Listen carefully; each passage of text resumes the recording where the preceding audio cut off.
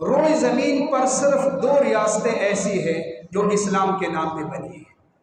پہلے نمبر پر مدینہ، نبی صلی اللہ علیہ وسلم نے محنت کی، صحابہ نے ہجرت کی، وہاں جا کر مدینے کے اندر ایک ریاست بنائی۔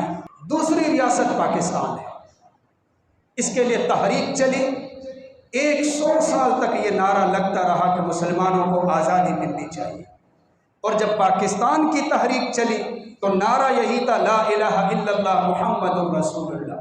ایسا ملک، اللہ کا حکم، نبی کا طریقہ، اسلام کے نام پر یہ 2 ریاستیں بنی، اور بننے سے پہلے مسلمانوں نے دونوں ریاستوں میں قربانیاں دی ہیں۔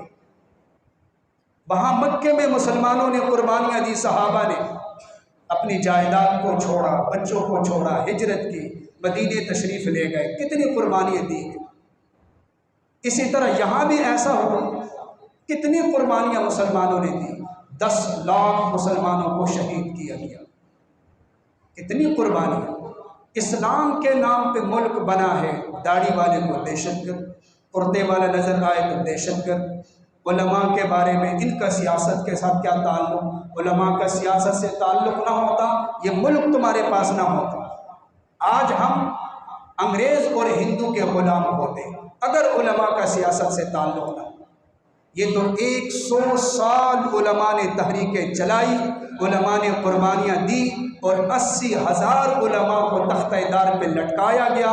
اس کے نتیجے میں پھر وہ پاکستان کی تحریک چلی اور یہ ملک وجود میں آیا ہے۔ یہ اللہ کی نعمت بھی ہے، ہمیں قدر کرنی چاہیے۔ ہم قدر کریں گے تو اللہ تعالیٰ نعمت میں اضافہ فرمائیں گے۔ اللہ تبارک و تعالیٰ ہمیں